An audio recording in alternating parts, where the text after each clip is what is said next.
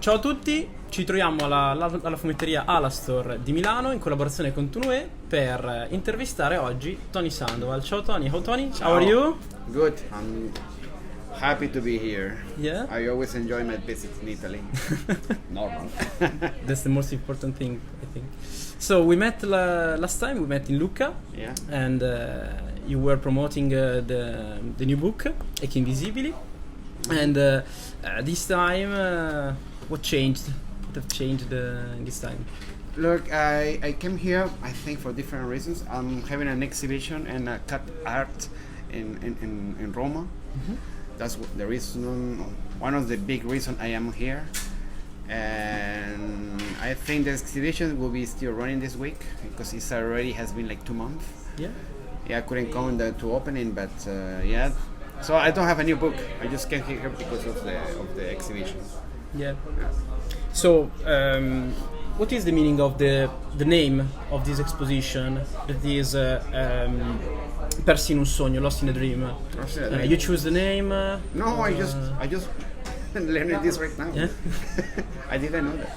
Yeah, and so all the pages exposed in the exposition have some sort of common meaning, common sense between them. I think they're part of a universe. Lost in the Dream is not a bad name. I will have another name for that, but it's kind of good, yeah. Yeah. Yeah, it's like a universe. It's just like I didn't mean anything. I just draw like it comes. I don't really think so much when I'm painting or when I'm doing a comic. Yes, I think a lot, but just a painting watercolors like this, not that much. Yeah. No. What does it mean to you to expose your art to the other people? Look, I love it, but it's a lot of work. I'm not just talking about the fact of making the drawings. It means organizing. When can you find a moment to travel it to here to be there and to send the stuff. Be following it, you know. It's a lot of work. It's of course a big pleasure. It feels good, of course, because people can have a different approach to the drawings. Normally, you can see my stuff in Instagram or Facebook or anywhere on the internet, but when you see it in real, it's absolutely different. Thing. Yeah, and with all art in general. I mean, but I like you and everybody else to watch the real thing. Yeah, and this expo is not only the only occasion with your coming in Italy, because the 20th of June was the Refugee Day, and as you may know, in Italy we have a little issue with migrants.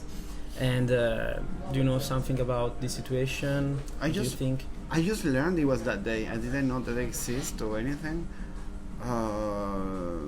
No, I think as a completely like casualty. It's just. I mean, I did a book of not even a refugees, immigrants. Well, they're immigrating too, but no, I didn't know anything about that. Yeah. I know the issues you are having with people, but with immigrants, but I didn't mean to. You know, I didn't mean to. I love the subject, of course, but no. This is. Yeah, as you said, you talk about immigrants in the Appuntamento Phoenix. Yeah. And is it a biopic? Is it a what? Is it a biopic? Is it a part of your story? It's completely my life. I mean, it's 100% real and it's 100% honest. So everything exactly happens like it. Well, it happens like I remember. Of course, it has to do a big exercise of memory because it's a story that happens like 20 years ago. Yeah. It's actually 20 years ago. So I still have to remember little details that happen. When that happens, I think I suffer a little bit of the chronology, but mostly the story is absolutely real. Completely real. Yeah. Rude reality. And no, look, I have some critics in France. They say it's a little bit soft, but and then I say it is soft because it is happened like that. I'm not going to exaggerate it. You know, I'm not going to say things that didn't happen. it's mostly an anecdotal story. I'm not trying to make a documentary about immigration. It's just telling my story, how that happens. Of course, I touch the subject because it's important, and I hope I will do another book after in the future, because there are some things we have to talk about. So yeah, I would like to talk a little bit of politics, a little bit of immigration stuff, and more general aspect. We hope that too.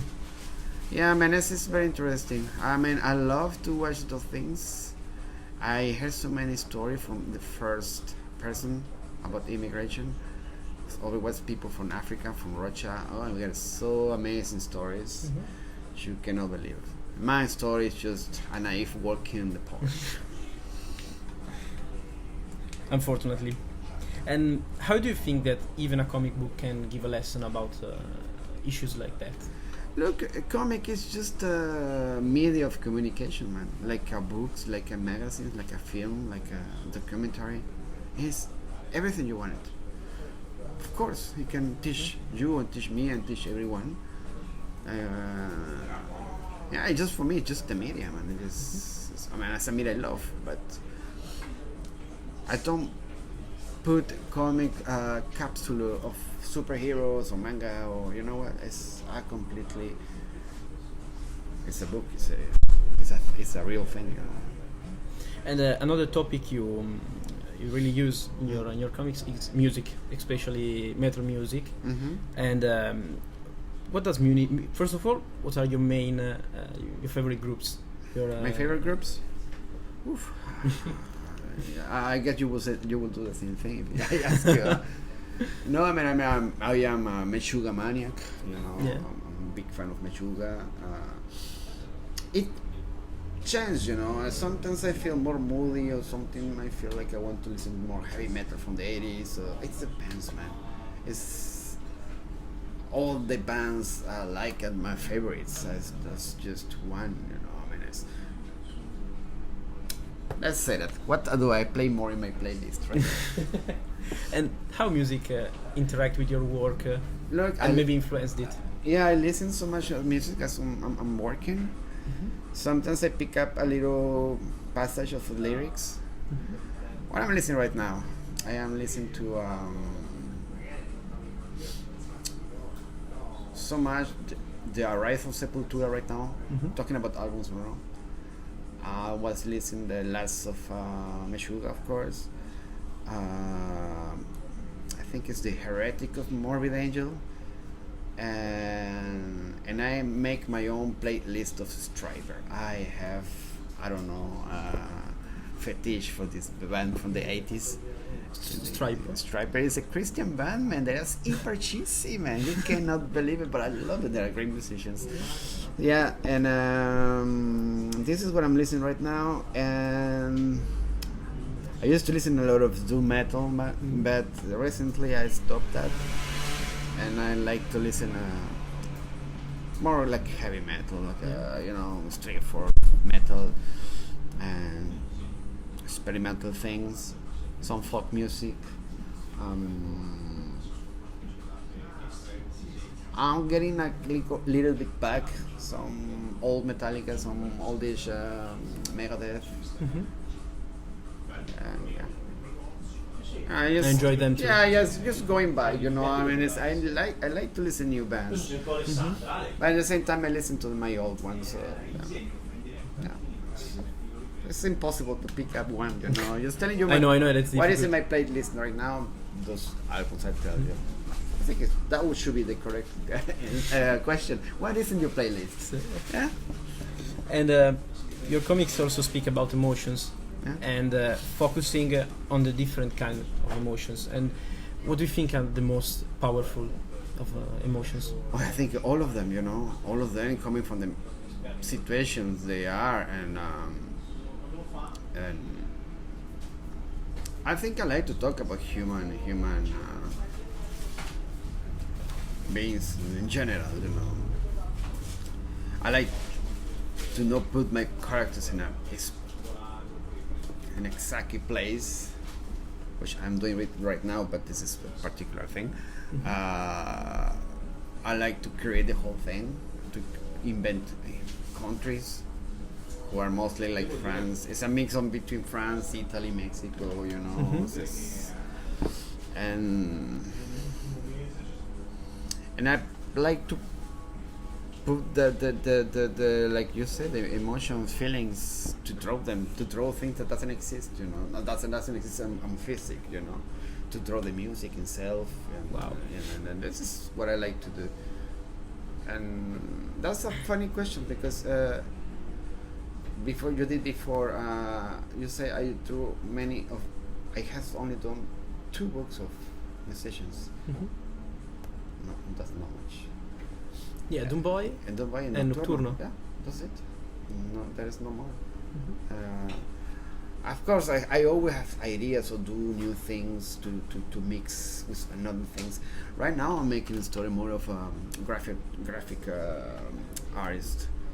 I love the story of painters, you know. I love to watch a documentary about Caravaggio, because that was a crazy guy, you know, and or those impressionists, French impressionists, and all these things, because there were guys who were living in the age, you know, in the age of creativity, and the age of money, and the age of many situations. So maybe your next book will be about a painter. No, I look, or a fan of comics, you know. It's just those are the kind of characters too, you know. No, I'm just doing a small little story right now, just for almost for fun, and then there is a guy who go to a festival, and then he gets in trouble in between. Maybe to Luca Comics.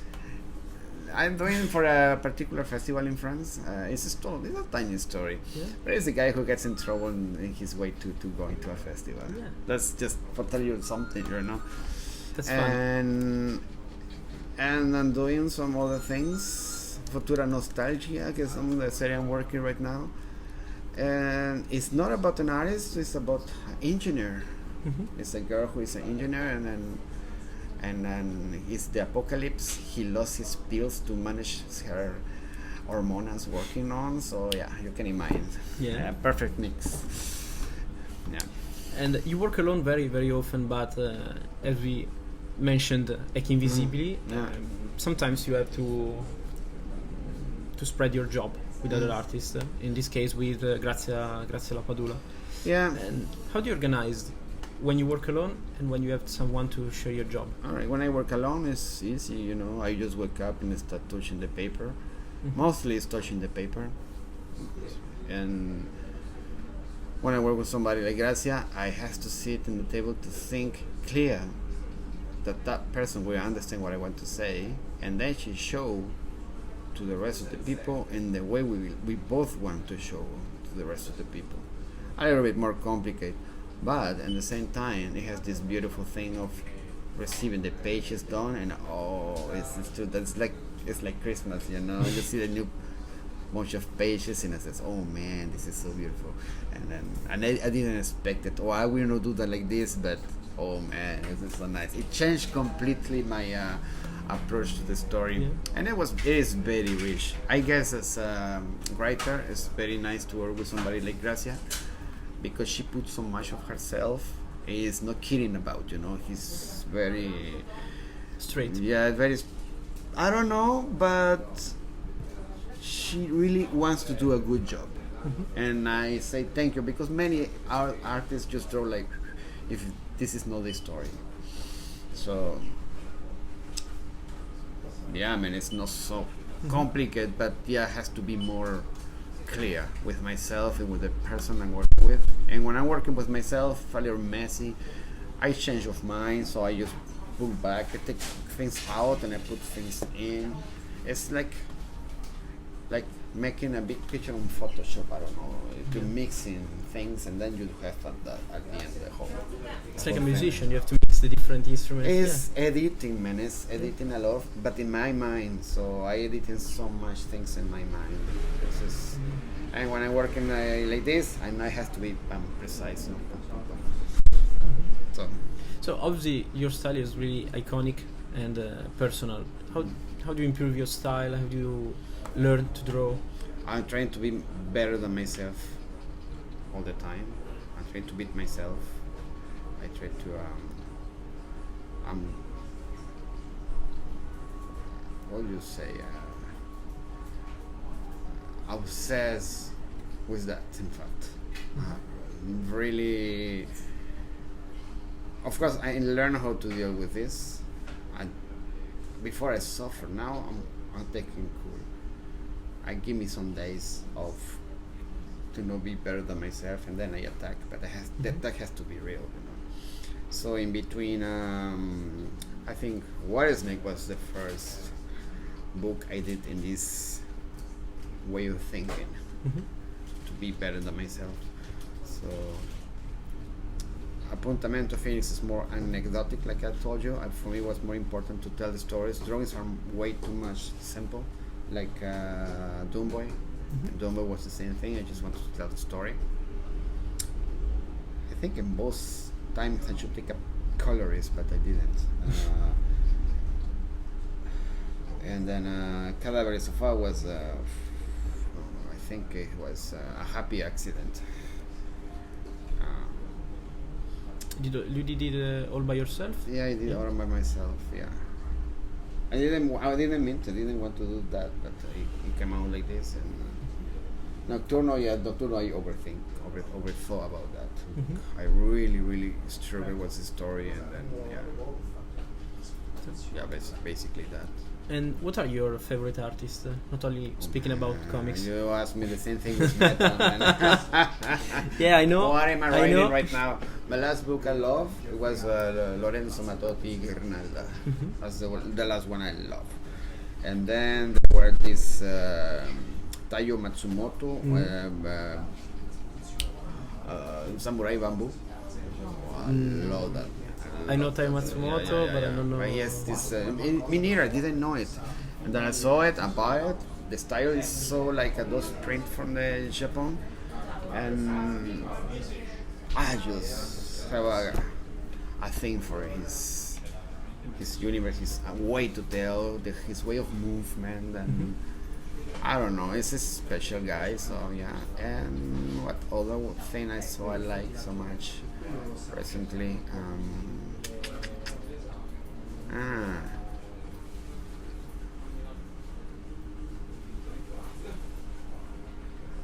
I'm reading some stuff, but it's not the same feeling. No, I think I got a thing for those last two things. And I mean, of course, one of my favorites ever was Hellboy, but it's already done. And Bone of Jeff Smith is over too. And I mean, Moebius, but Moebius as a great artist. Yeah. And then the list is long. The last one, Black Dog of Dave McKean, is great too. Yeah. So last question: what does it mean for you to be a comic artist? I think it's a little bit of, I would say everything. I mean, I'm glad to have this dream work, because it's a dream of work. But if it wasn't this, it would be, I wish it was another thing where I can express and be creative, you know. You name it. There is food, there is painting, there is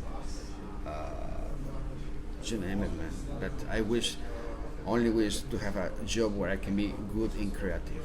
So that means for me is to have a beautiful work that allows you to have a happy life. So that means for me it makes me feel good. So that's really humble. Yeah, and I love it. And I take it seriously. Yeah. So of course, man, it's your job. It's my job. I took it seriously, even if I love it and if I really have a good time with. It's hard to put the line, you know, to be between dreamer and professional. You know, it's not evident. It's the line moving all the time. Yeah. So, well, I'm so happy. I'm really fortunate to do this, but at the same time, fortune and these kind of things came with a lot of fucking yeah. So, basically that. Tony, Yeah. thank you. It's You're been welcome, man. a pleasure and an honor. Ringraziamo. Sorry. Do you wanna lose it? I hope not. Ringraziamo Alastor e Tunue per questa occasione e ci vediamo alla prossima. Ciao. Ciao.